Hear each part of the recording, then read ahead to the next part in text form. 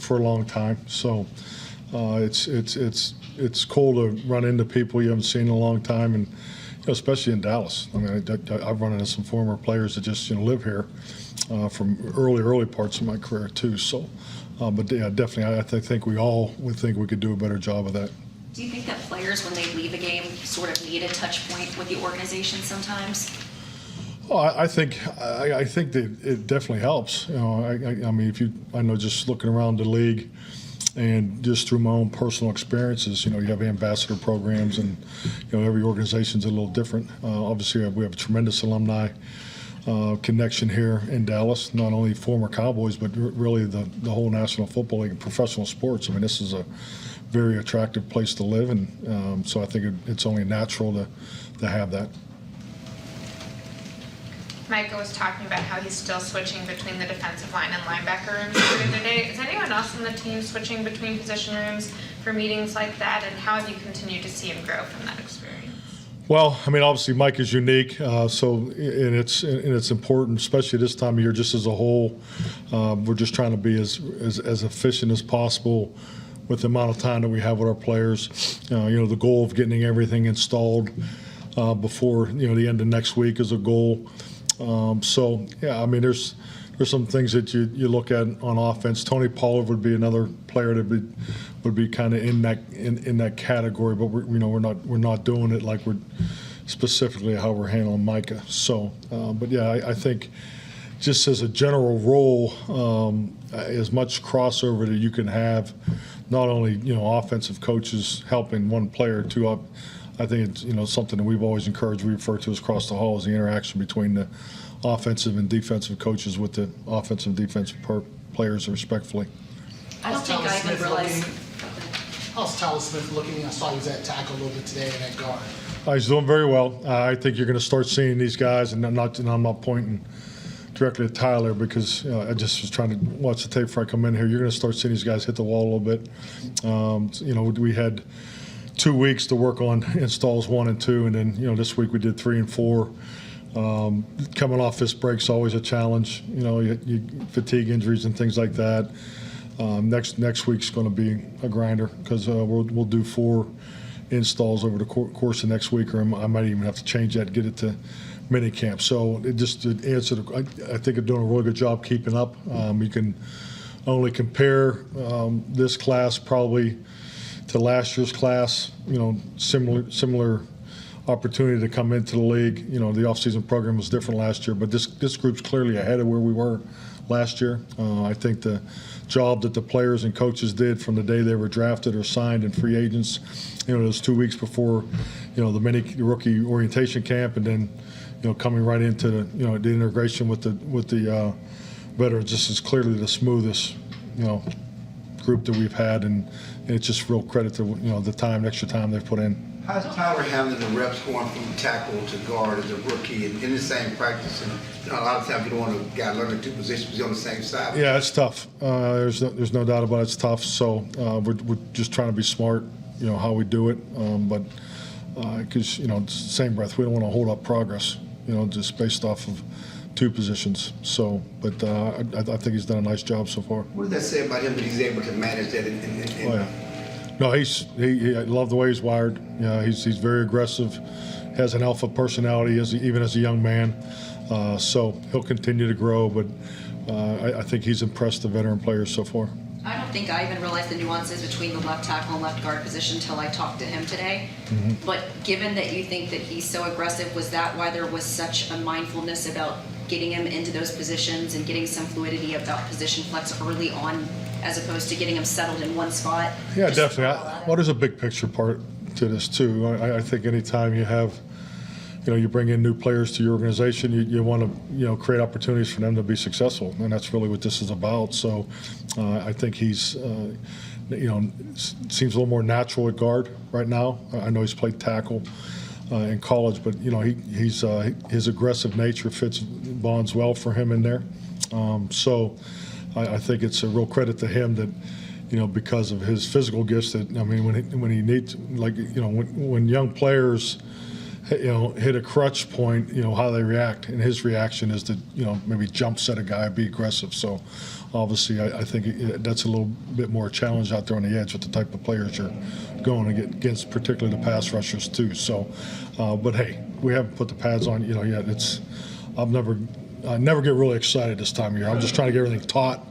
I really keep my eye on the target as far as just making sure they understand what they need to do. So hopefully nobody disappears that's having a great off-season program, but it has happened. So I know we talked to you a lot last year, just as far as the template you and Dan were looking for, defensive players, a little longer wingspan.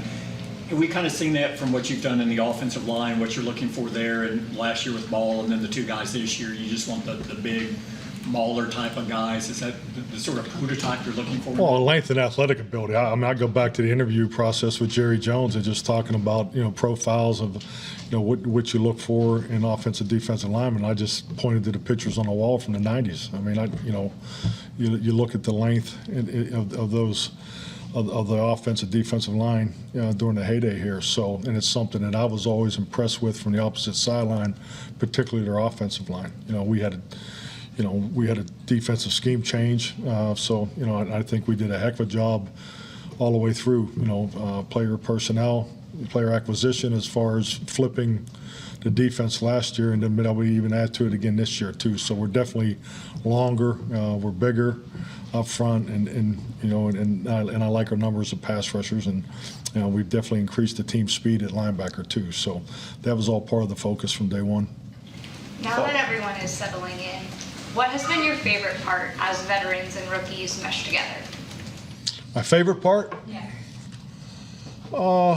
It's not there yet. I think it's watching the guys grow and connect a little bit. The gap's still there, and the gap's it'll continue through next week. I think it's only practical because everything they do next week will be new. 4, 5, 6, and 7.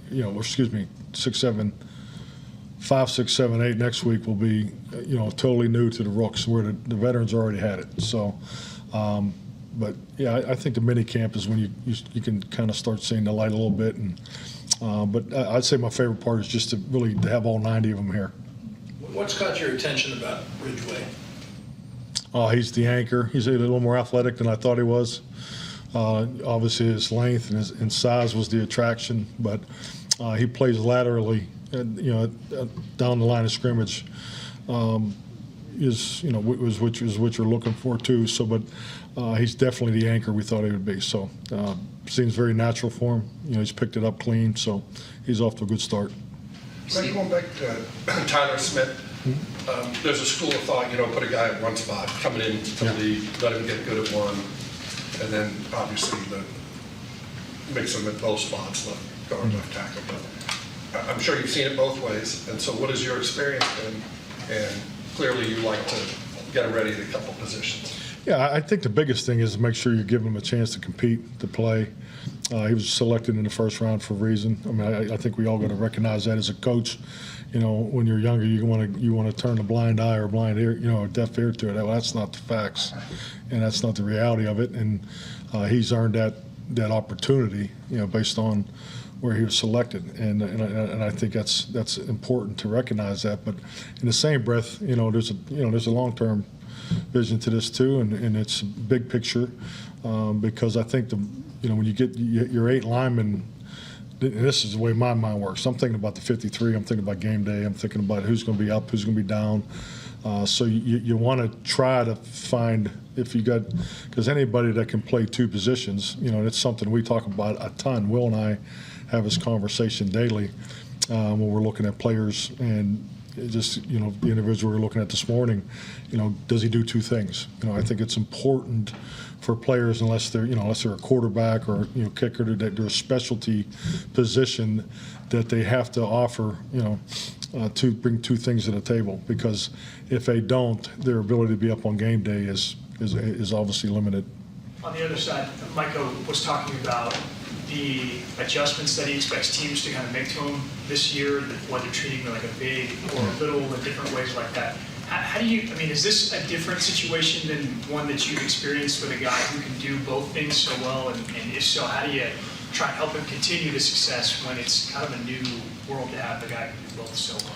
You know, I went down this road with Clay Matthews. You know, we had some injuries inside linebacker position, and I thought it really served him well as far as creating more opportunities for matchups. But what I really found out is how much it benefited our defense. So, and you definitely saw that with us last year with Micah. And I have news for you: he'll be declared a big. So I don't think anybody's going to be declaring him as a small. So, or what your lingo is, but.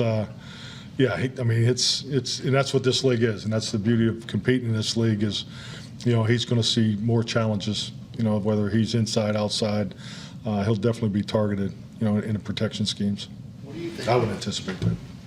What do you think of the notion of what Micah did last year, sparking a little something in DeMarcus for this year and what he did?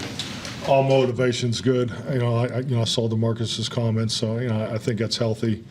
You know, and that's really part of the competition, and also too, you know, I mean, D-Law's got a lot of pelts on the wall, and I think as players, you know, move through their career, they're always looking for another way to be challenge themselves and so forth. So I think it's extremely healthy. We talked so much about the second-year jump. Does the way you want to go about a second-year jump differ if you have a season as successful as Micah did as a rookie? I'm sure I don't know for You talked a lot about how important that first offseason is to make the second-year jump from rookie players to second years. A lot of times that's because they might not have shown what they're capable of in the first year.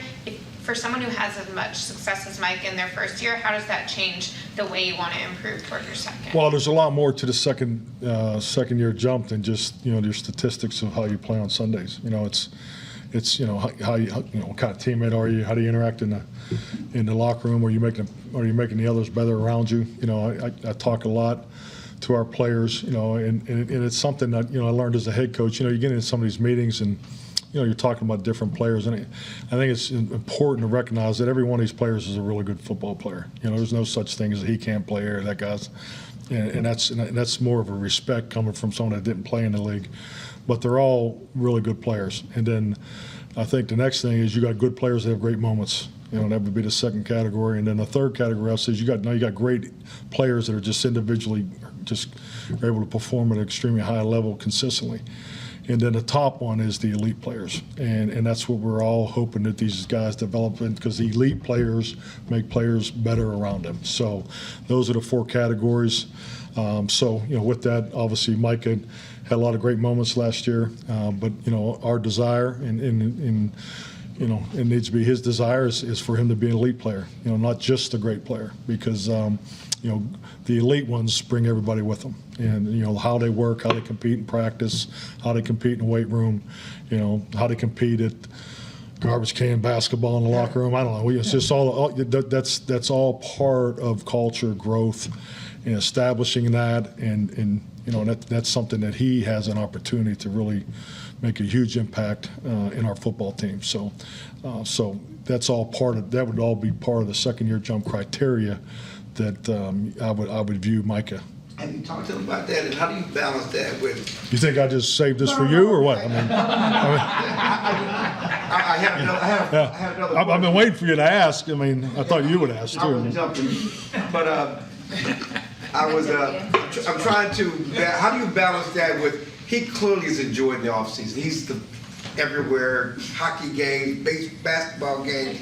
He's enjoying being a Cowboy this offseason. How do you balance what you're talking about, that focus of being an elite player with? I'll just say this: of all the years I've talked about and emphasized making a second year jump, the Dallas Cowboys is the biggest challenge ever. So, and you know, that's going to be part of his challenge. You know, he's been extremely celebrated and so forth, and he's done a lot. I don't think he's missed a hockey game. I don't think he's missed anything. So, outside of here, but yeah, but that's all part of his. That's all part of the challenge. Yeah, it's a great point. We've seen Malik Hooker make a play in team drills today. When you took over, Sorry, John, what's for? Malik Hooker, Okay, yeah. make the interception today. When you took over this team, you looked at the roster. How important was improving at safety? And if it was, Is it finally where you wanted it to be? Yeah, I mean, we had good safeties here when I first got here, so I never. But I think it's like a lot of things in coaching, and plus, you have the business component, which drives a lot of this, or you can say most of it. The biggest thing that I've always really focused on is the ball skills. It's. There's some very talented receivers that bring a lot, but if their ball skills are in question, I would like to. I always have a tendency to go lean away from those guys, and it's the same. I view the defensive backs the same way. So I think the thing, if you look at our secondary, and it was clearly evident in the takeaways, our guys our ball skills have definitely improved in my time here from year 1 to year 2, and we're hoping to take another step. So, and Malik is, JK and all those guys are part of that. So, he definitely has the ball skills that you're looking for. But the thing with Malik is the ability to play up and back is something that was, I wasn't 100% sure just because of the way he played in Indianapolis and he had all the injuries. So, but he's become a very diverse. Look at Dono too. I mean, his ball skills. I mean, guys that get their hands on the ball. It's all about that turnover differential. I mean, it starts in the player evaluation process.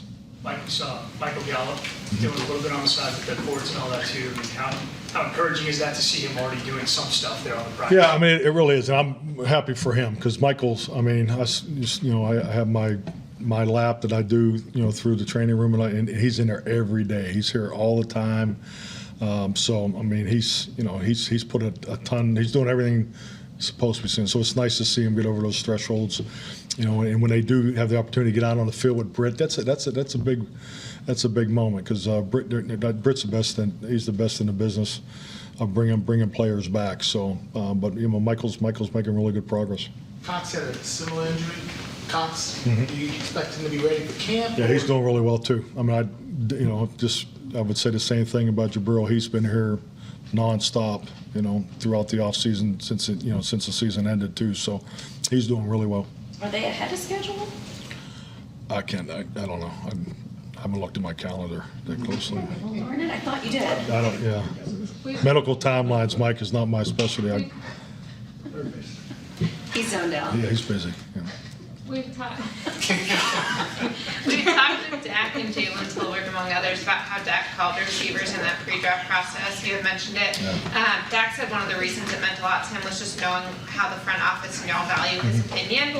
In your experience as a coach, how much is the right amount of input to give a quarterback, particularly someone who's leader of the team like him, and how has that input helped your team?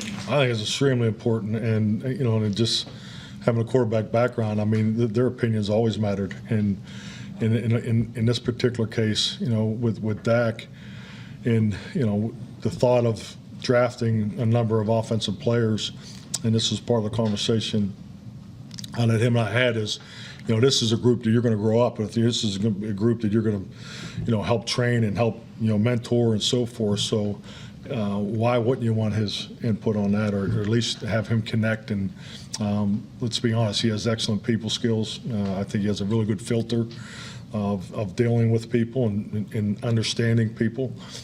So I think it's something that is important, and I think it also already starts the process. And then these guys are drafted or signed as free agents, and he's already had a connection, or he's already had a starting point with them. Why was it this year? He said this was the first year you guys had done that. So I'm just curious, is that just a result of you finally really getting time with these guys? We've already talked about it, already feels a little bit different around here, like it's back to normal, and getting to know the personalities. I know you've kind of highlighted even in here, I may not have played football, but so you're tapping in with these guys somehow. So how are you doing it? Is it ways like that? In the NFL. Okay. Well, I just want to get the story But right. my point is, in other words, are you finding ways to tap in with these guys and their personalities that's endearing them? And some of that has come from conversations in the last 2 years that, hey, we value your input and we want you to have a say in this roster. Yeah, I agree with everything you said. I think this is our first normal year. I mean, this is what it's supposed to be like, and it does feel good, and as far as the progress we make, because I mean, the only thing we can compare it to is last year. I mean, that's just the reality of where we are, in our program. So we're clearly way ahead of where we were this time last year, and that's a good thing. But it also, it's about the expectations of what this offseason about. This offseason program with all the participation that we've had has been outstanding, but it really sets you up to have an excellent training camp, and that's really what the offseason gives you. And that's why these rookies in particular have an understanding of everything that's expected of them, and you want it to be reviewed when you go to Oxnard. Yeah, I mean, there shouldn't be a whole lot of questions asked when we get to California. It's more correction of video and connection. You know, we've gone through collection of players. You know, we're working on our connection. To me, when we get to California, it's about connecting and correcting and just continue to grow. Thanks, Coach. Thank you. All right, thank you. I thought you were going to bring in the Jerry Jones on the wagon to California. You heard that line about him going to California. We'll get there with all. Going to leave some people behind and burn some wagons. Burn wagons.